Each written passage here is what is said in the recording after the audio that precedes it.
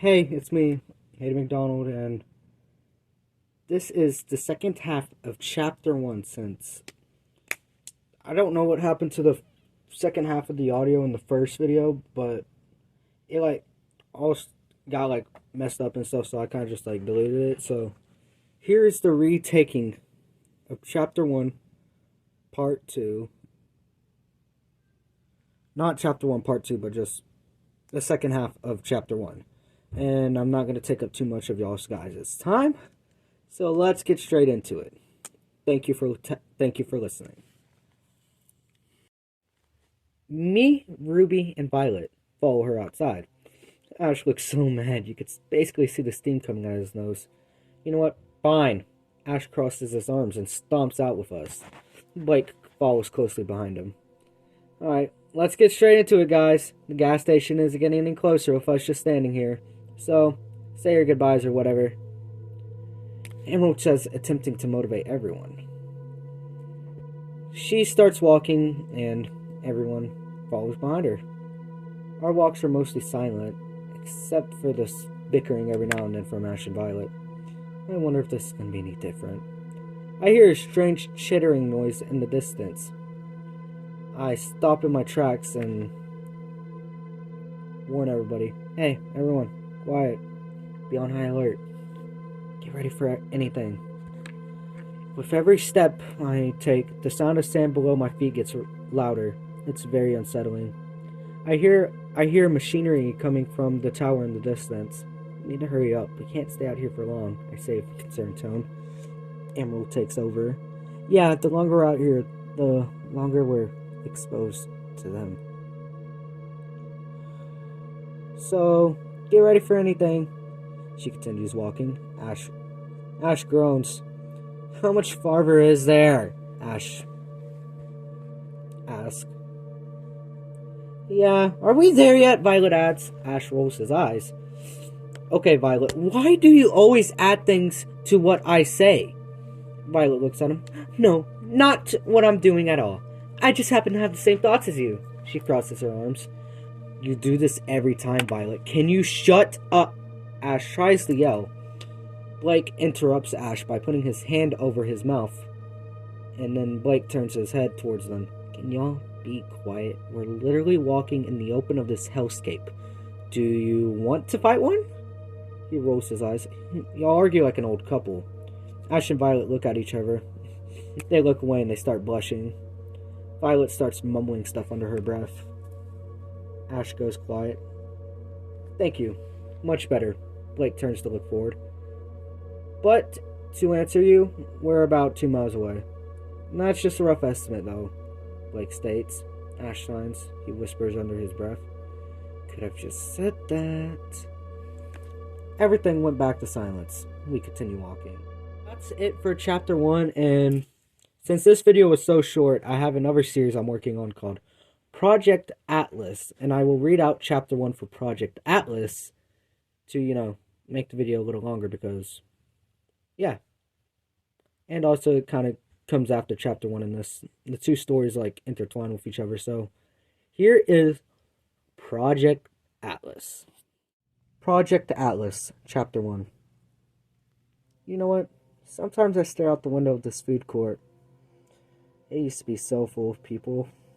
So much laughter. So much joy. I just stand there staring at Jupiter, wondering why I got on this ship in the first place.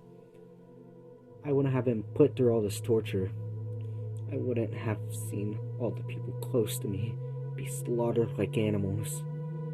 I wonder why I'm still fighting to live. I wonder what's going on Earth. Why did we try to contact these creatures? Is one of the many questions that repeats in my head on a daily basis. Even though there's no day. Day and night are basically the same thing out here.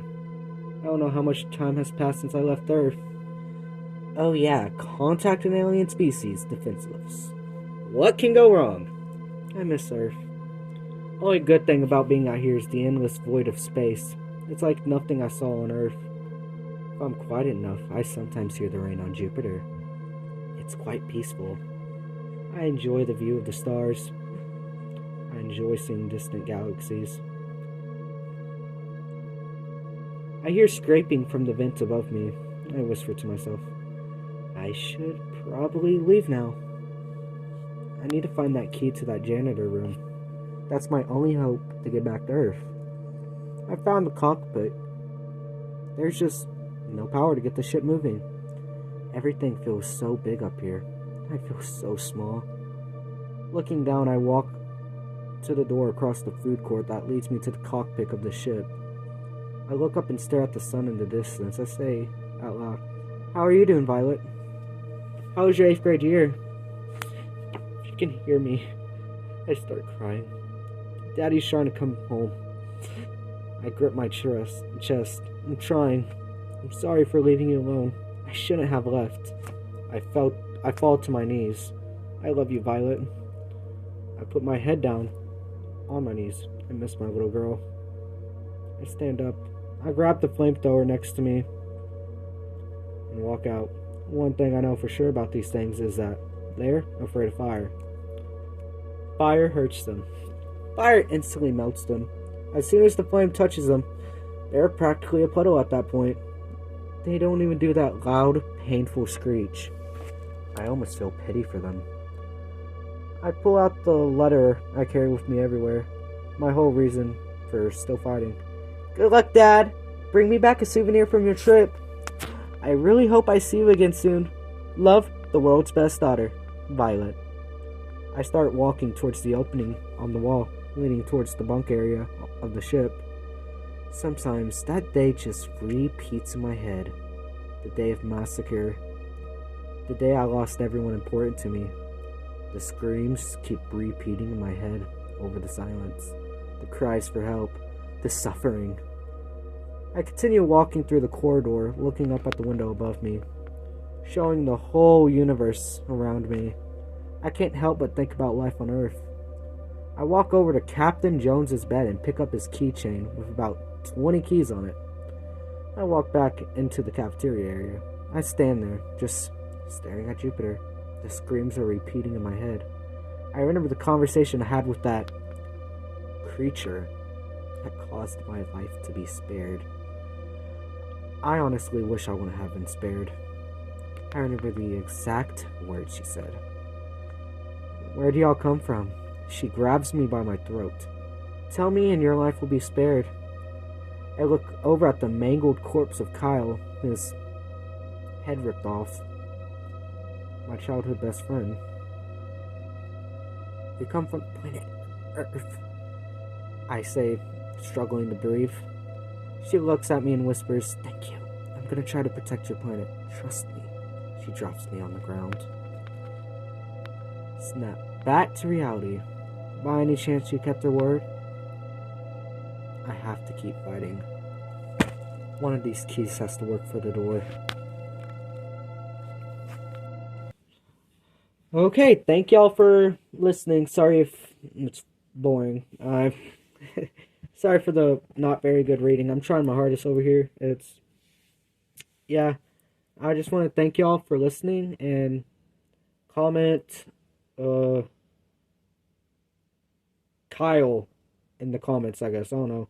Yeah, Kyle. Say Kyle if y'all reach the end. And thank y'all. Love y'all. Bye.